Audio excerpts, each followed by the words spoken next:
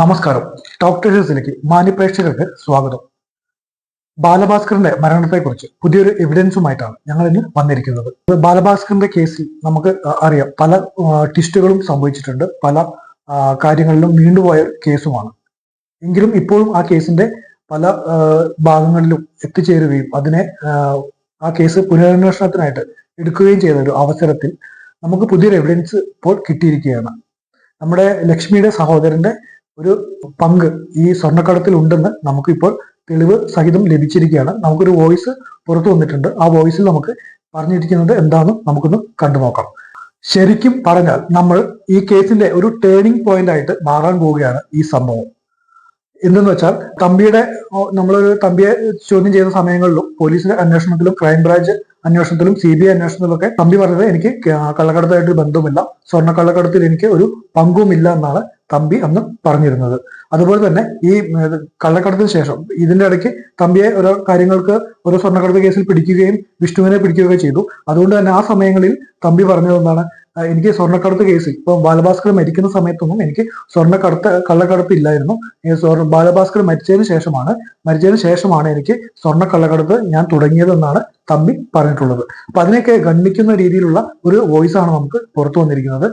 അതിന്റെ തെളിവ് സഹിതം നമുക്ക് ഇന്ന് വ്യക്തമാക്കാനുണ്ട്. അതുപോലെ തന്നെ ലക്ഷ്മി പറഞ്ഞിട്ടുള്ളത് എനിക്ക് കള്ളക്കടത്തിനെ കുറിച്ച് ഒന്നും അറിയില്ല, അതുകൊണ്ട് തന്നെ ലക്ഷ്മിയുടെ കുടുംബങ്ങളിലേക്ക് അല്ലെങ്കിൽ ഫാമിലിയിലേക്ക് ഈ കാര്യങ്ങൾ എത്തിച്ചേരുമെന്നും അതുപോലെ അവർക്ക് ഒരു എവിഡൻസ് വന്നു കഴിഞ്ഞാൽ അവരെ ഫാമിലിയെ അത് ബാധിക്കുമെന്നും ലക്ഷ്മിക്ക് നന്നായിട്ട് അറിയാമായിരുന്നു. അതുകൊണ്ട് തന്നെയാണ് ലക്ഷ്മി ഈ കാര്യങ്ങളൊക്കെ മറച്ചു വെച്ചതെന്നും നമുക്ക് ഈ വോയിസ് കേൾക്കുമ്പോൾ ബോധ്യപ്പെടാവുന്നതാണ്. നമുക്ക് ആ വോയിസിലേക്ക് ഒന്ന് പോയിട്ട് വരാം.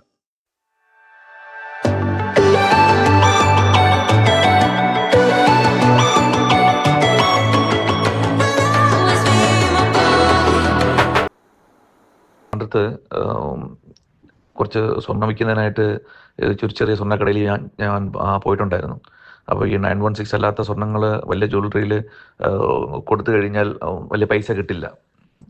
കാരണം ഈ ഇടയ്ക്ക് ഇപ്പോൾ 916 ആണ് ക്വാളിറ്റി മാർക്ക് എന്നുള്ളതായപ്പോഴത്തേക്ക് വീട്ടിലുണ്ടായിരുന്ന പഴയ സ്വർണ്ണങ്ങൾ ഞാൻ എടുത്തുകൊണ്ട് മാറ്റി വിറ്റിട്ട് വേറെ സ്വർണ്ണം വാങ്ങിക്കുന്നതായിരുന്നു എൻ്റെ രീതി. അപ്പോൾ അങ്ങനെ ഒരു സ്വർണ്ണക്കടയിൽ ഞാൻ 1-2 പ്രാവശ്യം പോയിട്ടുണ്ടായിരുന്നു. അപ്പോൾ അവരുമായിട്ട് ചെറിയ പരിചയമായിട്ടുണ്ടായിരുന്നു. അങ്ങനെ ഞാൻ ഒരിക്കൽ ഈ സ്വർണ്ണമായിട്ട് പോയ സമയത്തായിരുന്നു അവിടെ ഞാൻ 2 പേരെ കണ്ടത്. അപ്പോൾ അവർ അങ്ങനെ വലിയ ബിസിനസ്സിനെ കുറിച്ചൊക്കെ ഇങ്ങനെ സംസാരിക്കുന്നു. വളരെ ഷേഡിയായിട്ട് സംസാരിക്കുന്നു. അങ്ങ് പോയി വലിയ എമൗണ്ടൊക്കെയാണ് സംസാരിക്കുന്നത് കേട്ടത് ഞാൻ. അപ്പോൾ അത് കഴിഞ്ഞപ്പോൾ ഞാൻ ചോദിച്ചു, ഇവരൊക്കെ നിങ്ങളുടെ വലിയ കസ്റ്റമേഴ്സ് ആയിരിക്കുമല്ലേ എന്ന് ഞാൻ പറഞ്ഞു. ആ സമയത്ത് അദ്ദേഹം പറഞ്ഞു, ഇത് നമ്മുടെ ബാലഭാസ്കറുടെ വൈഫിൻ്റെ അനിയനാണത് എന്ന് പറഞ്ഞു. അപ്പോൾ പുറത്ത് വേറൊരു കക്ഷിയോട് നിൽക്കുന്നുണ്ടായിരുന്നു. അപ്പോൾ അത് പറഞ്ഞങ്ങ് പോയി. പുറത്ത് വേറെ കക്ഷിയുടെ 2ാമതൊരാൾ കൂടി അദ്ദേഹത്തിൻ്റെ കൂടെ ഉണ്ടായിരുന്നു. അപ്പോൾ അത് കഴിഞ്ഞ് 2-3 ഞാൻ ആക്ച്വലി ബാലഭാസ്കറിൻ്റെ ഒരു ഫാനായിരുന്നു, ഞാൻ പറഞ്ഞിരുന്നല്ലോ, അദ്ദേഹത്തിൻ്റെ ഒരു ഫാനായിരുന്നു. അപ്പോൾ അദ്ദേഹം കാതിൽ കടുക്കൻ കുത്തിയിരിക്കുന്നത് കണ്ടിട്ട് അതുപോലെ കുത്തണമെന്ന് ആഗ്രഹിച്ച് കുത്തിയ ആളാണ് ഞാൻ. അപ്പോൾ ഞാൻ പറഞ്ഞു വരുന്നത്, അത്രയ്ക്ക് അദ്ദേഹമായിട്ട് ഒരു ഇമോഷണൽ കണക്ഷൻ അദ്ദേഹമായിട്ടുണ്ട്. അപ്പോൾ അതുകൊണ്ട് തന്നെ ഈ ഒരു സംഭവം പറഞ്ഞപ്പോൾ കുറച്ചുകൂടി എനിക്ക് കണക്റ്റായി. അപ്പോൾ അതങ്ങനെ വിട്ടു. ഞാനിങ്ങനെ തിരിച്ച് ജോലിക്ക് കയറി മുന്നോട്ട് പോയിക്കൊണ്ടിരുന്നപ്പോഴത്തേക്കാണ് ഞാൻ ഈ ഒരു ഇതുപോലെ സംഭവം അറിഞ്ഞത്, വാർത്തയിൽ കേട്ടത്. അപ്പോൾ എനിക്ക് പിന്നെ എന്തുകൊണ്ട് അദ്ദേഹത്തിൻ്റെ വൈഫ് വന്ന് പറയുന്നില്ല എന്നുള്ള ചോദ്യമൊക്കെ ഒത്തിരി ഇങ്ങനെ വന്നിരുന്നല്ലോ. അപ്പോഴും എനിക്ക് തോന്നിയതാണ്, ഈ സംഭവം കേട്ടപ്പോൾ തന്നെ എനിക്ക് മനസ്സിലായി, സ്വർണ്ണക്കടത്തോട്ടൽ പ്രശ്നങ്ങൾ കേട്ടപ്പോൾ തന്നെ മനസ്സിലായി, ഇതുമായിട്ട് ഞാൻ അങ്ങ് ലിങ്കായി എനിക്ക്. പക്ഷെ നമുക്ക് അതിനെക്കുറിച്ചുള്ള ഫർദർ ഡീറ്റെയിൽസ് ഒന്നും നമുക്കറിയില്ല. അപ്പോൾ ആ സമയത്താണ് ഒരു തമ്പി എന്ന് പറഞ്ഞ ഒരാൾ ഉണ്ടായിരുന്നല്ലോ, ഇതിൻ്റെ കൂടെ ഒരു മാനേജറായിട്ടോ ഒരു തമ്പി എന്ന് പറഞ്ഞൊരു ഒരാൾ. അപ്പോൾ TV-ലൊക്കെ അദ്ദേഹത്തിനെ കാണിച്ചിരുന്നു, ഏഷ്യാനെറ്റിലൊക്കെ അതിലൊക്കെ അദ്ദേഹത്തിനെ കാണിച്ചിരുന്നു. അപ്പോഴാണ് എനിക്ക് ഐഡൻറ്റിഫൈ ചെയ്തത്. അപ്പോൾ രതീഷ് തമ്പി എന്ന് പറയുന്ന അദ്ദേഹം കൂടെ ഉണ്ടായിരുന്നല്ലോ, അദ്ദേഹമായിരുന്നു ഈ ലക്ഷ്മിയുടെ സഹോദരൻ്റെ കൂടെ സ്വർണ്ണക്കടയിൽ ഉണ്ടായിരുന്ന ആൾ. അപ്പോൾ അങ്ങനെയാണ് അപ്പോഴെനിക്ക് കാര്യങ്ങളൊക്കെ ഏകദേശം കണക്റ്റായി. പിന്നെ കുറേ നാൾ അതുമായിട്ട് ബന്ധപ്പെട്ട വാർത്തയൊക്കെ ഞാൻ ഫോളോ ചെയ്യുമായിരുന്നു. അപ്പോൾ എന്നിട്ട് പിന്നീട് പോലീസ് റിപ്പോർട്ട് വന്നെന്നും പിന്നെ ഇവരെ വീണ്ടും എന്തോ കേസിന് പിടിച്ചെന്നോ, അപ്പോൾ പിന്നെ ഈ ബാലഭാസ്കർ മരിച്ചതിന് ശേഷമാണ് ഇവർ തമ്മിൽ സ്വർണം കച്ചവടം തുടങ്ങിയത് എന്നുള്ള ഇതിലോട്ടൊക്കെ വന്നിരുന്നല്ലോ. അപ്പോൾ എനിക്ക് മനസ്സിലായിരുന്നു അങ്ങനെയല്ല, ബാലഭാസ്കർ ഉണ്ടായിരുന്ന സമയത്ത് ഈ തമ്പി എന്ന് പറയുന്ന അദ്ദേഹത്തിന് സ്വർണ്ണ കച്ചവടം ഉണ്ടെന്നുള്ള കാര്യം എനിക്ക് കാര്യങ്ങൾ മനസ്സിലായിരുന്നു. അപ്പം അതുകൊണ്ട് തന്നെയാണ് ഞാൻ വേണ്ടാന്ന് വിചാരിച്ചു. വീണ്ടും ഈ ഇന്റർവ്യൂകളൊക്കെ കാണുന്ന സമയത്ത് ഇവരുടെ അദ്ദേഹത്തിന്റെ ഭാര്യ പുറത്തുനിന്ന് പറയാണ്ടിരുന്നത് കൊണ്ട് തന്നെയും ഞാനിങ്ങനെ എപ്പോഴും സംശയിക്കായിരുന്നു. എൻ്റെ മനസ്സിലിങ്ങനെ കിടക്കുകയായിരുന്നത്. അപ്പോൾ അതുകൊണ്ടാണ് നിങ്ങൾക്ക് ഞാൻ ഈ വോയിസ് മെസ്സേജ് അയക്കുന്നത്. ഏതെങ്കിലും രീതിയിൽ നിങ്ങൾക്കിത് ലിങ്ക് ചെയ്യാൻ പറ്റുന്നുണ്ടെങ്കിൽ പുറത്ത് വിടട്ടെ, അത് ആൾക്കാർ മനസ്സിലാക്കട്ടെ എന്ന് ഉദ്ദേശമാണ് ഞാൻ അയക്കുന്നത്. അപ്പോൾ അവരെന്നോട് പറഞ്ഞത് ഇവരുടെ സഹോദരനാണ്, അതായത് ലക്ഷ്മിയുടെ സഹോദരനാണ് ഇദ്ദേഹം എന്ന് എന്നോട് പറഞ്ഞിരുന്നു. പുറത്തു നിന്ന ആളിനെ എനിക്ക് മനസ്സിലായില്ലായിരുന്നു. ടി വിയിൽ, ഏഷ്യാനെറ്റിൽ അദ്ദേഹത്തിൻ്റെ പടത്തോടുകൂടിയുള്ള റിപ്പോർട്ട് വന്നപ്പോഴത്തേക്ക് മനസ്സിലായി ആ തമ്പിയാണ് പുറത്തു നിന്ന കക്ഷി എന്നുള്ളത് എനിക്ക് മനസ്സിലായി കേട്ടോ. അപ്പോൾ ഇതാണ് എനിക്ക് പറയാനുള്ളത്. ഈ വോയിസ് വ്യക്തമായിട്ട് നിങ്ങൾ കേട്ട് കാണുമല്ലോ. ഈ വോയിസിൽ പറയുന്നത് ഇദ്ദേഹം ഒരു സ്വർണം വിൽക്കാൻ വേണ്ടി ചെന്ന ആളാണ്. അപ്പൊ അയാൾ ഈ സംഭവങ്ങളെല്ലാം കാണുകയും ഇതിനെപ്പറ്റി അറിയുകയും ചെയ്തപ്പോൾ ഒരു ചാനലിൽ കൊടുത്ത ഒരു വോയിസ് ആണ് നമ്മൾ ഇപ്പോൾ കേട്ടത്. ഈ വോയിസിൽ പറയുന്നത് എന്തെന്ന് വെച്ചാൽ ഇദ്ദേഹം സ്വർണം വിൽക്കുവാൻ ചെന്ന സമയത്ത് ഇയാളുടെ കയ്യിൽ കുറച്ച് സ്വർണം മാത്രമേ കയ്യിലുള്ളൂ. ഇത് വിൽക്കുവാൻ ചെന്ന സമയത്ത് വലിയ ഡീലിങ്സിനെ പറ്റി സംസാരിക്കുന്ന ജ്വല്ലറിയിൽ ഉടമയും അതുപോലെ ഓരോ ആളുമായിട്ട് സംസാരിക്കുന്നത് ഇയാൾ ശ്രദ്ധിക്കപ്പെടുകയും അപ്പൊ ആ ഡീലിങ്സിൽ വലിയ വലിയ എമൗണ്ടുകളെ പറ്റിയാണ് അവർ സംസാരിക്കുന്നത്. അപ്പൊ ആ സംസാരം കേട്ടപ്പോൾ അവർ വിചാരിച്ചു വലിയ പോലെ സ്വർണം വിൽക്കുന്ന ആളോ അല്ലെങ്കിൽ സ്വർണം വാങ്ങാൻ വന്ന ആളോ ഒക്കെ ആയിരിക്കാം എന്നാണ് അയാൾ കരുതിയത്. പിന്നെ അയാൾ ശ്രദ്ധിക്കും, ഈ ഡീലിങ്സ് പറയുന്നത് സംസാരിക്കുന്നത് കേട്ടപ്പോൾ സ്വർണ്ണക്കടത്തുമായി ബന്ധമുള്ളൊരു ചൊവ്വ ഇയാൾക്ക് ശ്രദ്ധയിൽപ്പെടുകയും അങ്ങനെ ഇയാളെ ശ്രദ്ധിക്കുകയും ഈ സംസാരം ഒന്ന് നീണ്ടുപോയപ്പോൾ ഇയാൾ ജ്വല്ലറിയിലുള്ള മറ്റൊരാളുമായി സംസാരിച്ച് ഇതാരാണ്, സ്വർണം കൈകാര്യം ചെയ്യുന്ന ആളാണോ അല്ലെങ്കിൽ സ്വർണം വാങ്ങുന്ന ആളാണോ എന്ന് ചോദിച്ചപ്പോൾ ആ കടയിലുള്ള ഒരാളാണ് പറഞ്ഞത് ഇത് നമ്മുടെ ബാലഭാസ്കറിന്റെ ലക്ഷ്മിയുടെ സഹോദരനാണ് എന്ന് പറയുകയും അപ്പോൾ ഇയാൾക്ക് മനസ്സിൽ ഇത്തരം പ്രശ്നങ്ങൾ കേരളത്തിൽ നടന്നുകൊണ്ടിരിക്കുമ്പോൾ ഈ പ്രശ്നങ്ങളെല്ലാം അറിയാത്ത ആരും ഈ നാട്ടിൽ ഉണ്ടാവില്ല. അപ്പൊ അതുകൊണ്ട് തന്നെ ഇദ്ദേഹത്തിന് അത് പെട്ടെന്ന് മനസ്സിലാവുകയും ഇദ്ദേഹത്തെ ഒന്ന് ശ്രദ്ധിക്കുകയും ചെയ്തു എന്നാണ് ഇദ്ദേഹം നമ്മൾ ഈ വോയിസിൽ പറയുന്നത്. എന്തുകൊണ്ടെന്നാൽ പിന്നെ ഇയാൾ ഈ സ്വർണ്ണമെല്ലാം വിറ്റ് അവിടെ അയാളുടെ കാര്യങ്ങളെല്ലാം കഴിഞ്ഞ് പുറത്തിറങ്ങിയപ്പോൾ പുറത്തൊരാൾ നിൽക്കുന്നതായിട്ട് കണ്ടു. പിന്നെയാണ് ഈ ശ്രദ്ധയിൽപ്പെട്ടത്, ഈ പുറത്തുള്ള ആളെ ഇയാൾ നോട്ട് ചെയ്തിരുന്നു, അത് ഈ നമ്മുടെ തമ്പിയാണെന്നാണ് ഇയാൾ പറയുന്നത്. അയാൾ നേരെ ഇയാളെ കാണുകയും അവിടുന്ന് സംസാരിച്ച് തിരിച്ച് പോരുകയും ചെയ്തു. പിന്നെ ആലോചിച്ച് കണ്ടുപിടിച്ച ഒരു വിവരത്തിന്റെ അടിസ്ഥാനത്തിലാണ് അത് തമ്പിയായിരുന്നെന്ന് അയാൾക്ക് ബോധ്യപ്പെട്ടത്. അപ്പം തമ്പിയും ഈ ലക്ഷ്മിയുടെ സഹോദരനും ബാലഭാസ്കർ മരിക്കുന്നതിന് മുമ്പ് തന്നെ ഈ സ്വർണ്ണക്കടത്തിൽ പങ്കാളിയായിരുന്നു എന്നതിന് വളരെ വ്യക്തമായിട്ടുള്ളൊരു ടേണിംഗ് പോയിന്റ്, വളരെ വ്യക്തമായ തെളിവുമാണ് നമുക്കിപ്പോൾ ലഭിച്ചിരിക്കുന്നത്. അതുകൊണ്ട് തന്നെയാണ് ലക്ഷ്മി ഈ സ്വർണ്ണക്കടത്തുമായിട്ട് എനിക്കൊരു ബന്ധവുമില്ല, എനിക്ക് അതിനെപ്പറ്റി അറിയില്ല എന്ന് പറയാൻ കാരണം അവരുടെ കുടുംബത്തെ, ഫാമിലിയെ സഹായിക്കാൻ വേണ്ടിയാണ്, അതുപോലെ ഫാമിലിയെ രക്ഷപ്പെടുത്താൻ നോക്കുന്ന ഒരു ലക്ഷ്മിയാണ് നമുക്ക് ഈ ന്യൂസുകളിലും മനോരമ ന്യൂസിലെല്ലാം നമുക്ക് ആ ഇന്റർവ്യൂവിൽ കാണുവാൻ സാധിച്ചത്.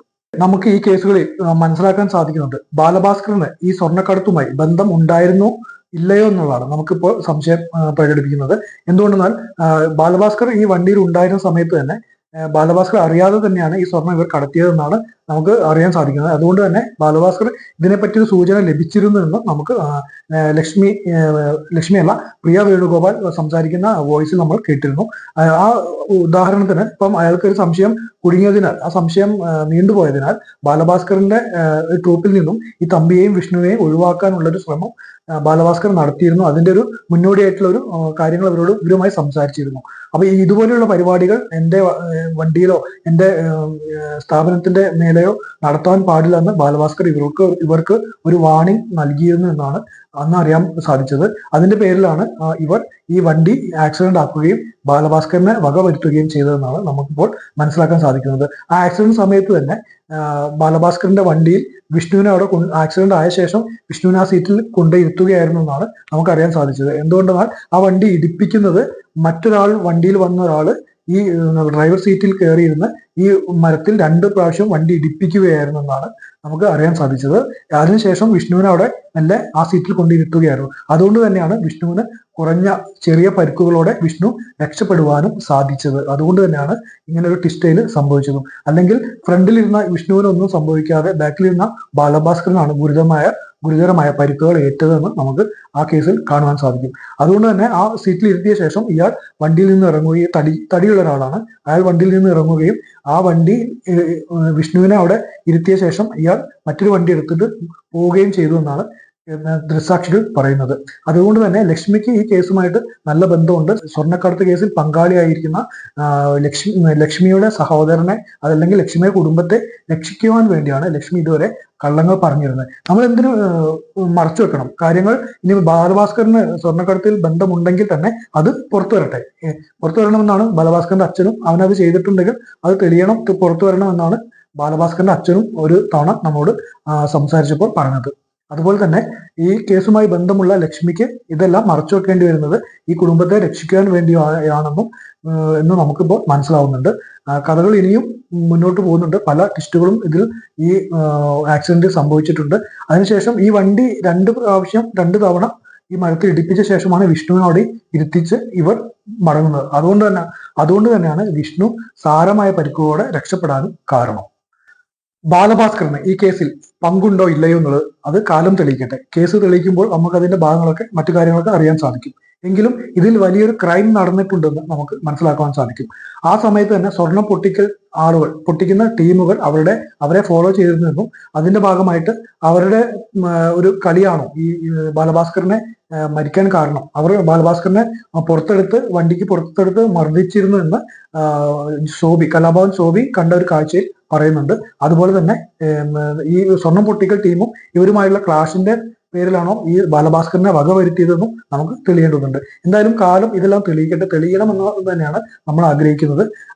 ഈ കേസുകളുടെ മറ്റു ടെസ്റ്റുകളിലേക്കോ ഫലങ്ങളിലേക്കോ ഈ കേസ് പോകാതെ ഈ വരുന്ന പുതിയ അന്വേഷണത്തിലെങ്കിലും ഈ കേസിന് തെളിവുണ്ടാവാൻ നമുക്ക് പ്രാർത്ഥിക്കാം. അതുപോലെ തന്നെ കലാഭവൻ ശോഭിക്ക് ഇതിലുള്ള പങ്ക് എന്തെന്ന് വെച്ചാൽ നമ്മൾ കറക്റ്റ് ആയിട്ട് ഈ കാര്യങ്ങൾ സംഭവിച്ചെന്ന് കലാഭവൻ ശോഭി അന്ന് മീഡിയയോടും അതുപോലെ തന്നെ കസ്റ്റംസിനോടും ക്രൈംബ്രാഞ്ചിനോടും CBIയോടും ഒക്കെ പറഞ്ഞതാണ്. പക്ഷെ അവരത് തെളിവായിട്ടോ അതൊരു നല്ലൊരു മൂവ്മെന്റ് ആയിട്ടോ അവർ എടുത്തില്ല. ഇയാളെന്തോ വിളിച്ചു പറയുകയാണെന്ന പേരിലാണ് അവർ അന്ന് ആ കേസ് എടുത്തിരുന്നത്. അതുകൊണ്ട് തന്നെ ഈ കേസിൽ ഇയാൾ പറഞ്ഞ കാര്യങ്ങളെല്ലാം ഇപ്പോൾ തെളിഞ്ഞു വരുന്നുണ്ട്.